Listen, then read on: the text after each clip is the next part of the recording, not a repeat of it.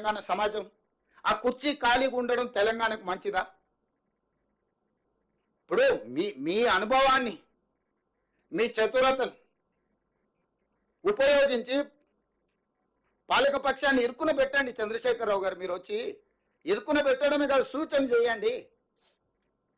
మేమంతా యంగ్స్టర్స్. మీ రోజు ఉన్న మంత్రివర్గంలో తుమ్మల గారు, జూపల్లి గారు సీనియర్స్ ఉండొచ్చు, కానీ బట్టి గారైనా, నేనైనా, శ్రీనివాస్ రెడ్డి అయినా, పొన్నం గారైనా మిత్రుడు, మేము అప్కమింగ్ ప్రజాప్రతినిధులము. మాకు ఈరోజు ఒక గొప్ప అవకాశం వచ్చింది.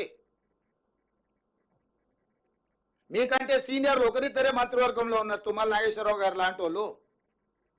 మీరు నిజంగానే మీ కేంద్ర మంత్రిగా, రాష్ట్ర మంత్రిగా, కేంద్ర మంత్రిగా, ముఖ్యమంత్రిగా, ఉద్యమకారుడుగా మీకు ఎంతో అనుభవం ఉందని మీరు చెప్తున్నారు కదా. అనుభవాన్ని ప్రజల కోసం ఉపయోగించండి. ప్రతిపక్ష బాధ్యత మీరు నెరవేర్చండి. పాలక పక్షానికి సూచన చేయండి. పాలక పక్షాన్ని ప్రశ్నించండి. ఇది నిర్దిష్టంగా ఇది అంశము, ఈ అంశంలో మీరు చేసిన నిర్ణయం ఇది, ఈ నిర్ణయం సహేతుకంగా లేదు, దీన్ని సవరించడం ద్వారా పేదలకు మేలు జరుగుతుంది అని మీరు నిర్దిష్టమైన సూచన మీరు చేయండి చంద్రశేఖరరావు గారు. మాకేమి బేసజాలు లేవు. వయసులో అనుభవంలో మీరు పెద్దోళ్ళు అనుకుంటున్నారు. ఆ పెద్దరికాన్ని మీరు నిలబెట్టుకోండి అని మేము అంటున్నాము. మీరు ఎలాంటి సూచనలు చేయకుండా ఏం చేసినా అడ్డుకుంటామనే విధానము ఇది తెలంగాణకు మంచిదా? మీరు ఒక్కసారి ఆలోచన చెయ్యండి. నేను చంద్రశేఖరరావు గారికి సూటిగా సూచన చేస్తున్నా.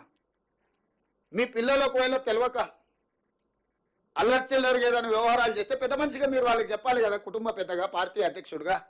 ఇది మంచి పద్ధతి కాదు, 10 ఏళ్ళు మనం నడిపినాం, ఇవన్నీ వ్యవహారాలు పెండింగ్ ఉన్నాయి, మనం చేయలేకపోయినాం, వాళ్ళు ఏదో ప్రయత్నం చేస్తున్నారు, కొంత సమయం ఇవ్వాలి, ఎందుకు ఇట్లా మీరు ఏది పడితే అది మాట్లాడుతున్నారు. మన పిల్లలు స్కూల్లో పక్కల పిల్లల్ని కొట్టేస్తానో, ఆ పక్క పిల్లలు పెన్సిలో రబ్బరు ఎత్తుకొస్తానో, తల్లిదండ్రులు మనం ఏం చెప్తాం, ఇట్లా తప్పు చేయొద్దు. పక్కోడు హోంవర్క్ చేసుకుంటూ ఆ నోట్బుక్లో పేజీలు చించుకొని చించి చెత్తబుట్టలు వేసిరు అనుకో, వీడు హోంవర్క్ చేయడు.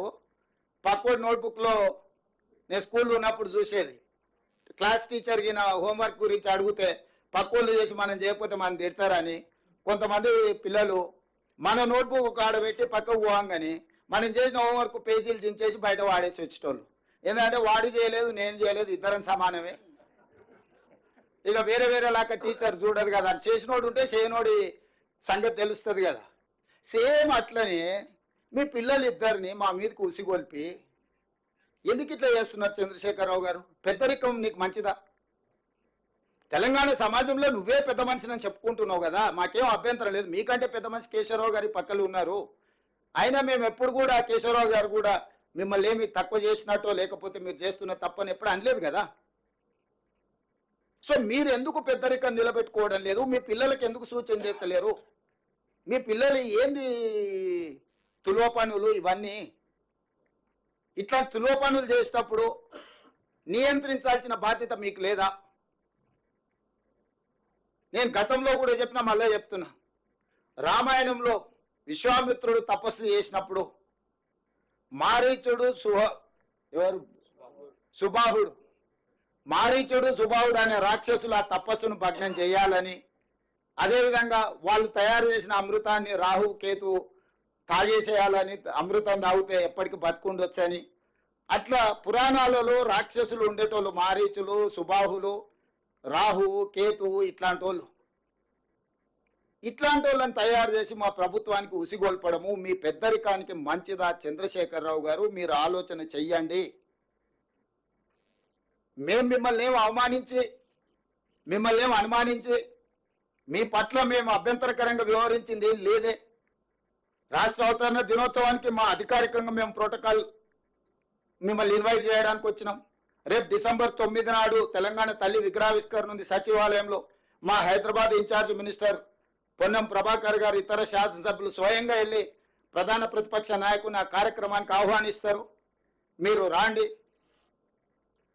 ఇది మనందరం కలిసి చేసుకునే పండగ, మనందరం కలిసికట్టుగా ఉన్నామని కనిపించే పండుగ. తమిళనాడు ఒకసారి చూడండి, ఎన్ని రాజకీయాల్లో ఉన్నా స్టేట్ ఇష్యూ వస్తే తమిళనాడులో ఉండే 39 మంది ఎంపీలు ఒక్కటై ఢిల్లీ మీద కొట్లాడి ఆ రాష్ట్రానికి రావాల్సిన నిధులు, జల్లికట్టు వాళ్ళ సాంప్రదాయబద్ధమైన ఒక అంశం వచ్చినప్పుడు మూకుమ్మడిగా అందరు ఏకమై నించొని నిలబడి కొట్లాడి తమిళనాడు వాళ్ళు వాళ్ళకి కావాల్సినవి రాబట్టుకుంటున్నారు. ఆ స్ఫూర్తి తెలంగాణలో ఎందుకు కొరవడుతుంది? పార్లమెంట్ సమావేశాలు వచ్చినప్పుడు ప్రతిపక్ష నాయకుడిగా మీరు కూడా రాండి, మన ఎంపీలకు దిశ నిర్దేశించేద్దాం. 17 మంది లోక్సభ సభ్యులు, 7 మంది రాజ్యసభ సభ్యులు, 24 మంది సభ్యులకు మనం ఒక ఎజెండా ఇచ్చి కేంద్ర ప్రభుత్వంతో రాబట్టుకోవాల్సిన నిధుల కోసం ఒక మంచి సాంప్రదాయాన్ని నెలకొల్పుదాం. చంద్రశేఖరరావు గారు,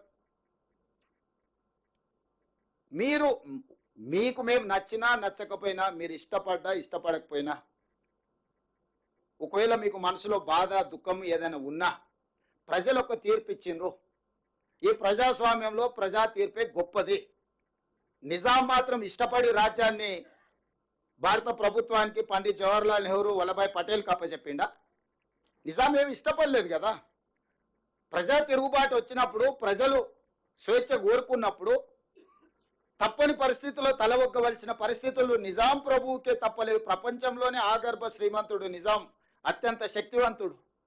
అలాంటి నిజామే ప్రజా ఉద్యమం వచ్చినప్పుడు, సాయుధ రైతాంగ పోరాటం జరిగినప్పుడు నిజాం ప్రభువు గారే తల వంచి భారత ప్రభుత్వానికి తన రాజ్యాన్ని అప్పగించిన పరిస్థితి మనం కళ్ళతో చూసినాం. అదేం ఎప్పుడో జరిగింది కాదు. అట్లాంటిది తెలంగాణ రాష్ట్రంలో కూడా ప్రజలు ఒక తీర్పు ఇచ్చిండ్రు. ఆ తీర్పును మీరు గౌరవించాలి కదా. 5 సంవత్సరాల కోసం ఎన్నుకున్న ప్రభుత్వము 6 నెలలు, మొదటి 6 నెలలు పార్లమెంట్ ఎన్నికలు, ఎలక్షన్ కోడే కదా. పెళ్ళైన అల్లుడికి ఆషాఢ మాసం అడ్డం వస్తే అత్తగారింటికి పోగలుగుతాడే? కొత్త అల్లుడు, మీరు అందరూ కొత్త అల్లుల్లో ఈ సమస్య ఎదుర్కొనే ఉంటారు కదా. కొత్తగా పెళ్ళైన అల్లుడు వాళ్ళు ఎంత కట్న కానుకలు ఇచ్చి పెళ్లి చేసినా ఆషాఢ మాసంలో అత్తగారింటికి పోలేని పరిస్థితి. అట్లనే మొదటి 6 నెలలు ఎలక్షన్ కోడ్ వల్ల నేను మా బట్టన్న సచివాలయానికి రానేలేదు. ఎన్నికల కోడ్తో పరిపాలన మీద మేము దృష్టి పెట్టడానికి లేకుండా పోయింది, అధికారులను పిలిచి సమీక్షించడానికి వీళ్ళు లేకుండా పోయింది. ఈ 5 నెలలే కదా మేము పరిపాలనలో కుదురుకొని నిర్ణయాలు తీసుకొని పరిపాలన గాడిలో పెట్టి ముందుకు తీసుకెళ్తున్నాం కదా. ఈ మాత్రం కూడా చంద్రశేఖరరావు గారికి